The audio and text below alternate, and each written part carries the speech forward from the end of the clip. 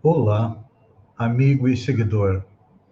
Seja bem-vindo à nossa live diária da Reflexão Matinal, onde eu convido você para irmos em direção ao nosso coração para lá, como jardineiros espirituais, elevar templos às nossas virtudes, fazendo-as crescer, florescer e frutificar, pois são elas que nos alimentam, que nos impulsionam nesta longa jornada em busca da felicidade.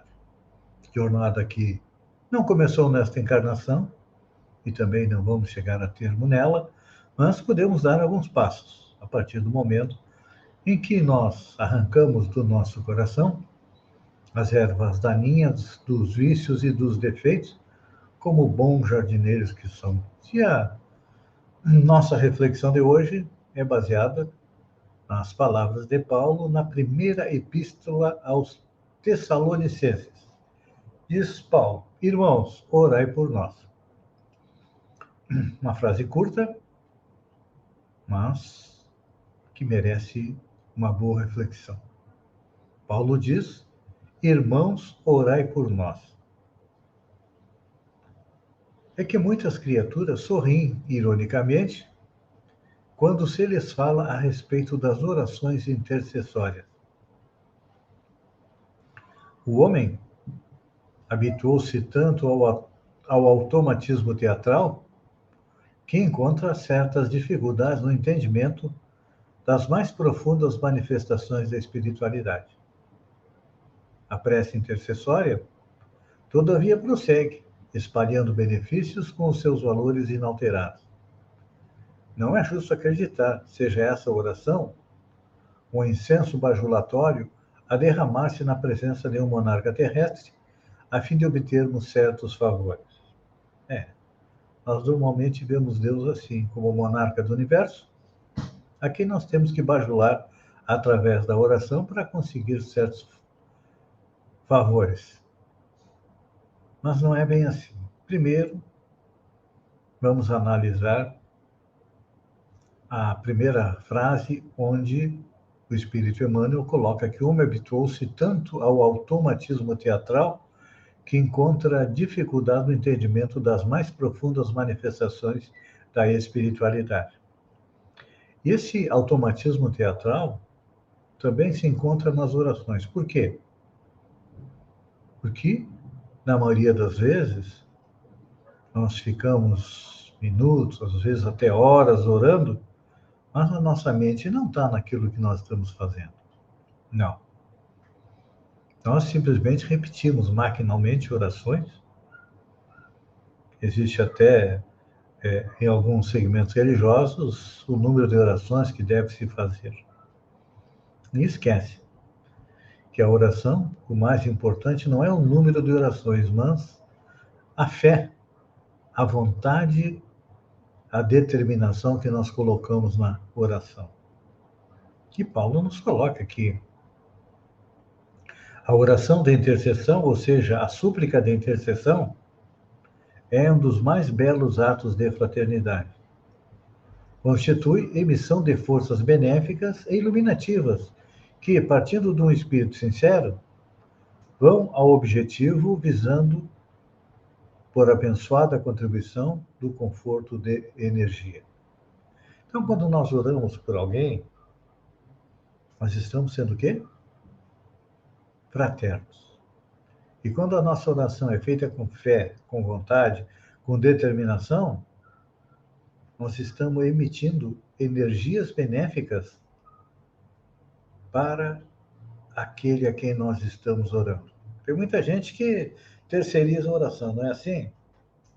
Algum ente querido desencarna, nós pagamos uma missa, pedimos para fazer um culto e lavamos as mãos, como fez Pilatos, em relação a Jesus, ou seja, em relação a auxiliar alguém. E aí, tem muitas pessoas que todo ano mandam fazer uma missa para um ente querido que partiu para a parte espiritual. Mas esquece de entrar em contato com ele, pedir a intercessão dos bons espíritos para com ele. Então, claro que a gente sabe que é difícil a gente acreditar na influência das ondas invisíveis que nós movimentamos através da oração.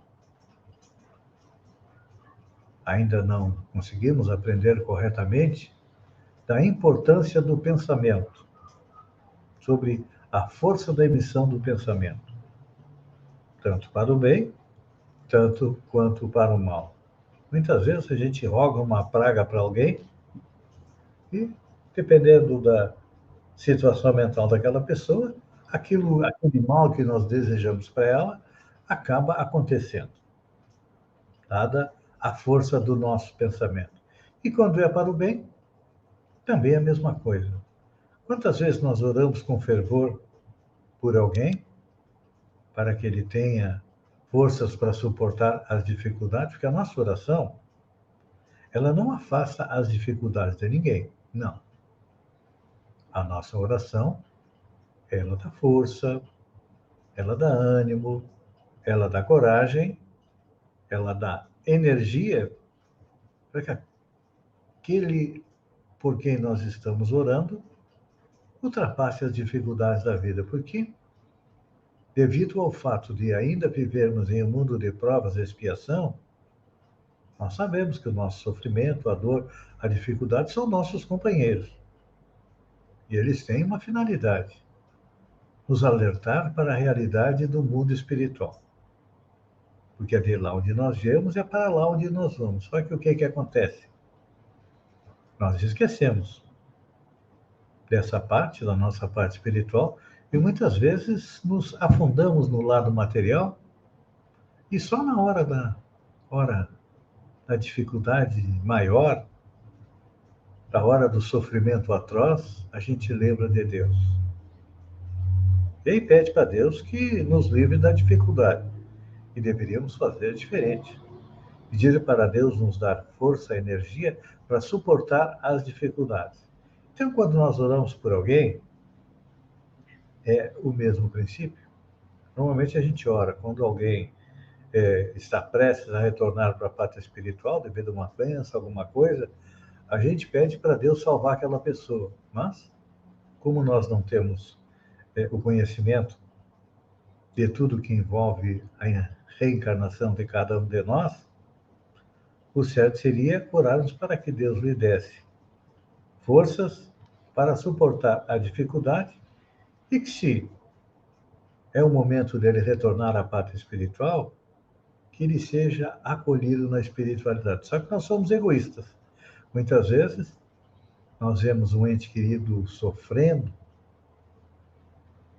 irremediavelmente e nós ficamos, muitas vezes, prendendo ele com as nossas orações, com a força do nosso pensamento. Então, é importante a gente refletir um pouco mais a respeito da influência do nosso pensamento e da nossa oração e dos nossos pensamentos sobre a vida dos outros. Vivemos em um mundo onde metade do universo é energia e outra metade pode ser convertida em energia. Então, cada um de nós tem força no seu pensamento e, olha, é bom não esquecer a respeito do bem que faz a oração de intercessão. Jesus, o espírito mais evoluído que passou na Terra, orou por seus discípulos e também seguidores e até pelos seus inimigos. E então, e nós? Vamos orar também? Pense nisso. E enquanto eu agradeço a você por ter estado comigo durante esses minutos, fiquem com Deus e até amanhã, no amanhecer, com mais uma reflexão matinal. Um beijo no coração e até lá, então.